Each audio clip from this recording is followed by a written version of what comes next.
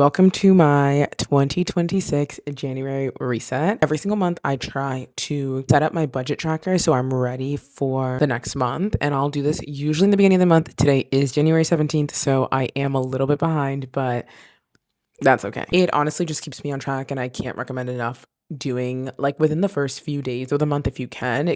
It's a way of like, you know how people like journal or set intentions? It's kind of like that. It's a way to like get ahead of what you have coming, and also gets you setting boundaries around what you're going to spend before you spend it. That being said, I am 3 weeks late, as we know, but the holidays, things get ahead, people get whatever. I don't have an excuse, and that's life, but at least I'm doing it now.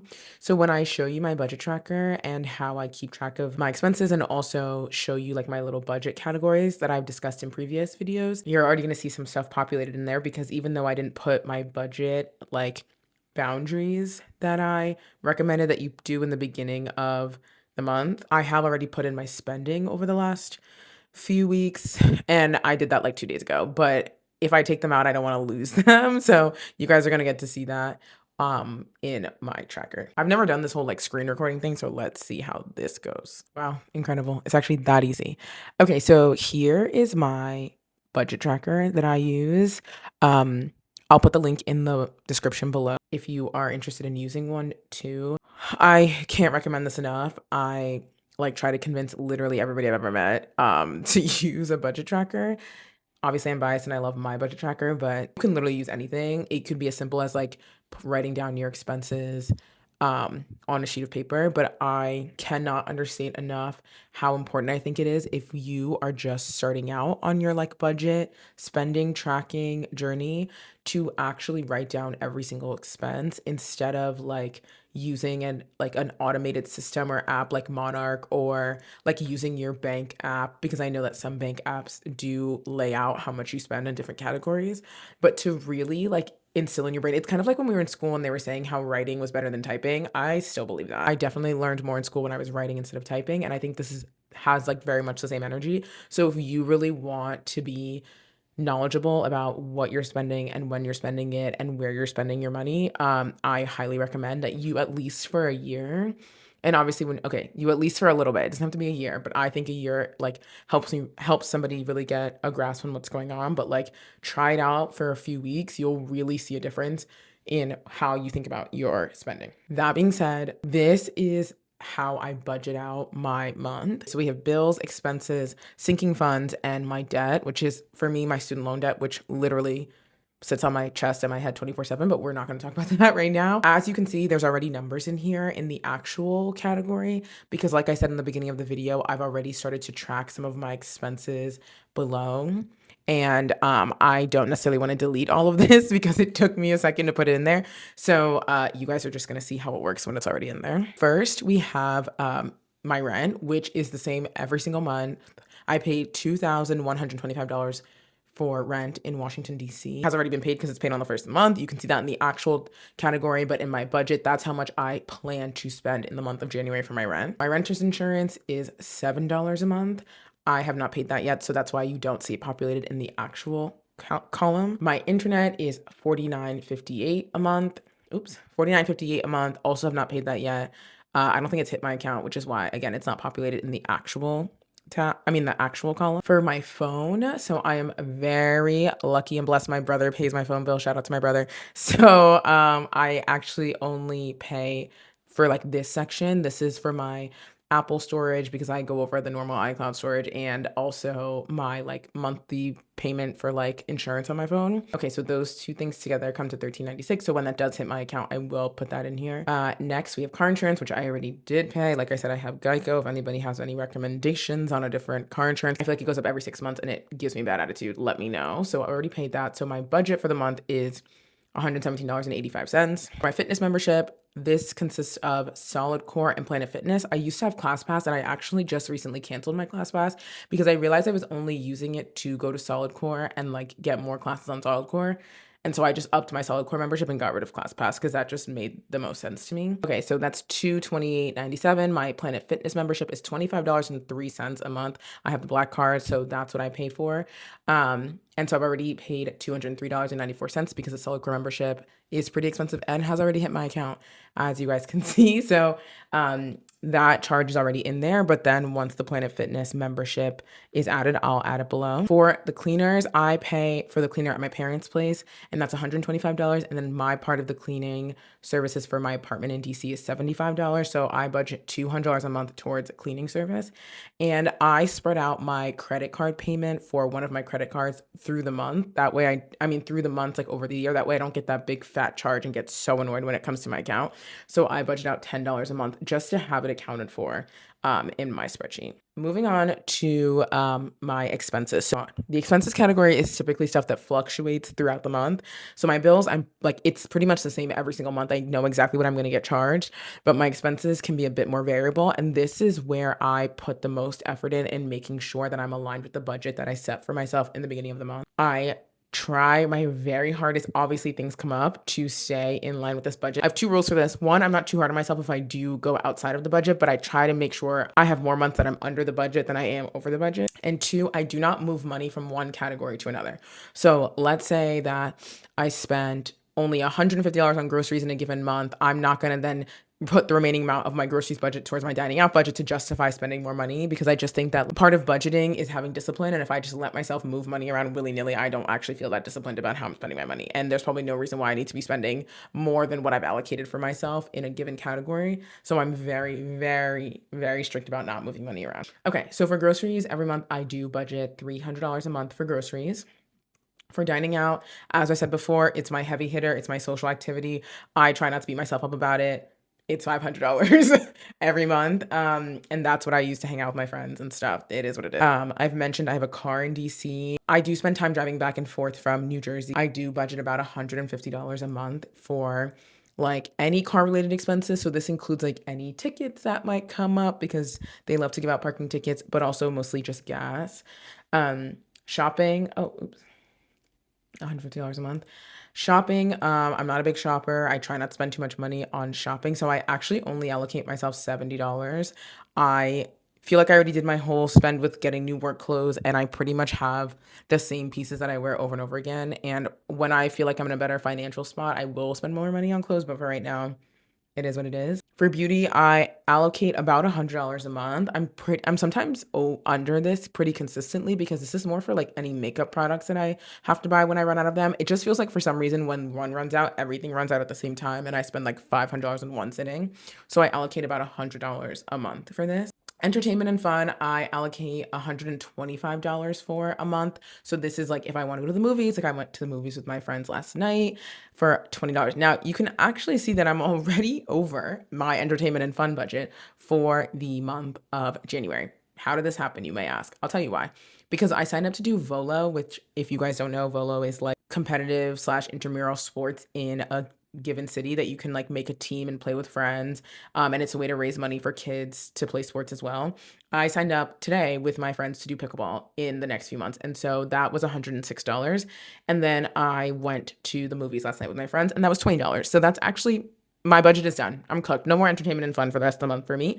That's a tough look that's happening while I'm making this video, but that's life. And so now you can see that I need to be more disciplined, and for the next 13 days there will be no entertainment / fun. But lucky for me, I still have $115 in my dining out bucket, so that's where my friends and I will be hanging out. Transportation, I usually allocate $125 to transportation. This includes Ubering around the city when necessary, and also any parking that I have to pay for.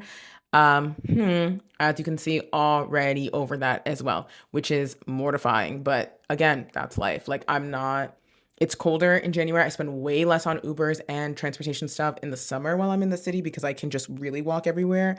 And walking somewhere at 12 midnight when it's freezing cold and it's snowing is just not really the vibe. And that's unfortunate. I'm, again, over already, so that's what I do. But we'll see how that goes next month. So moving on to self-care. For self-care, I budget $120. This is honestly mostly to get my hair done in a month, which doesn't look done right now, but that's okay. And hopefully I don't go over that. And then finally, household goods, where I reel myself in because I was a disgusting home goods addict. I literally would go all the time. It is now a whopping $50 and I can't go over that. That's a real strict one. And I've been doing pretty good. Ever since last January when I realized I spent $800 on home goods in 1 month, I have not regressed. So progress is progress. Okay, moving on to my sinking funds, which I've discussed before. A sinking fund is where you put money away. Let's say each paycheck you put X amount of money away in a high yield savings account or another bank account that you don't touch unless it's related to the item that is associated with the sinking fund. So for example, I have a gifts fund, a travel fund, a wedding fund, and an emergency fund. I have mentioned before that I spend a lot of money on travel and on gifts because I'm in like that wedding season part of my life for my friends. What I do is I put money away each paycheck, a small amount of the overall budget that I think I'm going to spend in a given year. That way it's being built up and I'm not like shocked when the time comes and I need to spend money on something. So this part of my budget tracker keeps track of how much money you're putting into the sinking fund. And this part of the budget tracker keeps track of how much money you're taking out of a given sinking fund. So for example, I get paid twice a month for my job. And so it already says actual here because that money has already been deducted from one of my paychecks. And so this is how much I put in each of these buckets every paycheck, and hopefully I can save up the money over a given period. And so when it's time to buy a gift or it's time to travel, I have it all set. And so for gifts, I pull $150 each paycheck, which means my budget for my gifts fund is $300 a month. Like I said, I've already gotten paid once, and so $150 has already been deducted. For travel, I allocate $400 a month. Like I said, I'm a travel addict and I would rather have it saved up than to be shocked when I want to go on a trip and I don't have the $1,000 ready. So I do $400 a month for travel. For my wedding fund, this is a big one, but I put $2,500 every paycheck away for my wedding fund. Weddings are very, very expensive, and I'm trying to get ahead of it. This is money that I actually was using towards my student loans, and I've mentioned in a previous video, I paid off $80,000 last year in 2025 on my student loans, and being able to make huge payments like this is a huge part of it. But I had to take a look in the mirror and realize I have a wedding to pay for as well. And so I had to like reduce the amount that I was paying on my student loan. And so I have decided to take that amount away from my loan payment and put it towards a sinking fund for the wedding.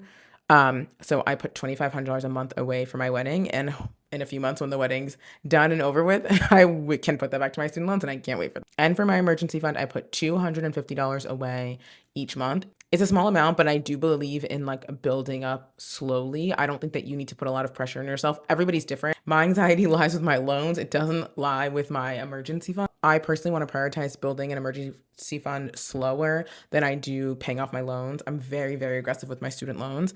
Everybody's risk appetite is different and you can make a different decision. And I think that's totally fine. But that's personally how much I put towards an emergency fund every month.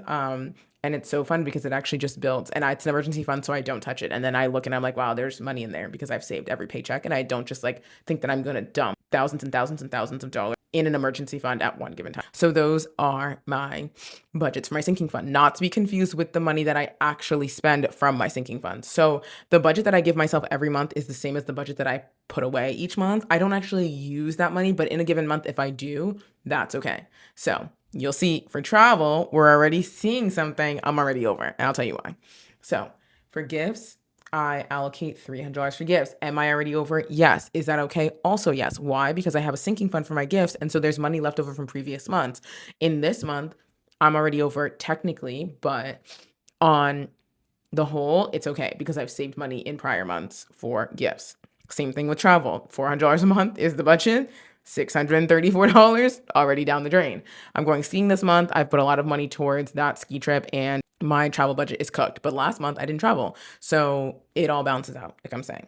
Wedding, I've only spent $61 on the wedding this month. There's more to come. There's payments that need to be made at the end of the month. That's going to make me feel like shit. But for right now, I've only spent $61 and all of that money was spent on stamps. Incredible. So I'm under budget for that one, but you see how ridiculous this looks? Like that doesn't make sense. But again, I'm saving it for when the time actually comes that I need to make payments out of it. Great. And then for my emergency fund, luckily, another month, no emergency, $250 unused. And that's what most months look like. And that's why I have an emergency fund. Okay. I'm not going to go into my whole debt situation. I will do that in another video. I can talk about for that for ages and ages and ages. And this is just not the time. So I want to, which I kind of touched on in the beginning of the video, go to the bottom of my spreadsheet, which is where I list all of my transactions that I make. You can see like Here, there's different categories: rent, self-care, and that completely aligns with the categories up here. You can make your own categories. You don't have to call them the same thing that I called them. There's instructions in the spreadsheet to help you with that if you do end up moving forward with getting the budget tracker, which again, I highly, highly recommend. And you can put little descriptions that help you remember. So like I went to the diner, the Vermont Lodge that I paid for, my rent, like whatever. It lists it out all here. And as you can see, there's a lot of Uber and Lyfts and parking, and that's probably why, like, I've already run through my transportation budget for the month, but that's not the point. Anyway, so that's where you can list everything out. And up here, it shows you, obviously, you have the budget month, you have your income, you have total savings, which is the amount of money that you've put towards your sinking fund minus the amount of money you spent out of your sinking funds. And then you have the total of your bills and expenses. That way you can keep track of how much you've spent over the month. Right now, I've spent $30,000 plus. And I think my rent is obviously a huge part of that, which is why the middle of the month is always a little bit more than the end of the month. By the time I get my second paycheck, it all balances out and you can see how much progress I make and how much money. That's why I can spend so much money towards whatever. Blah, blah, blah, blah, blah, blah, blah. Anyway, all I'd say is there's a lot of cool things in this spreadsheet, but this is my favorite thing is that every month I go through and I align out my budget for the month. That way I just get a sense of like how much I can spend and where. If you have any questions, I'm always happy to talk about it. It's actually an addiction and I'm so glad I found something that I care about talking about so much. Yeah, so this is how I budget. This is my January reset. The really cool thing about this spreadsheet is that there's also a year in review tab. So like as things begin to populate and you have things show up, you can see how much money you've spent month over month in one area. This honestly just makes me feel better about my plans for the month. I start to like bubble up with anxiety if I don't do this. And so obviously it's like taking a toll and I don't feel comfortable until I've gone through and I've set this up. And at first I thought that was a bad feeling because I'm like, wow, like why are you so obsessed with making sure that like your money is being documented? But I've realized how much money it's actually saved me and how much it's changed my spending habits over the past few months. Like I said, I budgeted for the whole month of 2025 and I just think that I would not have been able to make as much of a dent as I did in my student loans if it wasn't for that. So yeah, I cannot recommend it enough. So thanks for I don't even know how to end YouTube videos. Like it's such an art. I've been watching YouTube videos online to see like to get a sense of like how people do their things and I'm always so fascinated by them. I'm like, wow, you guys are really eating. But whatever. One step at a time. Anyway, so that's my January reset. Thanks for walking through this with me. If you have any questions, please let me know. And like I said, I will have the budget tracker in the description below. Okay. Bye.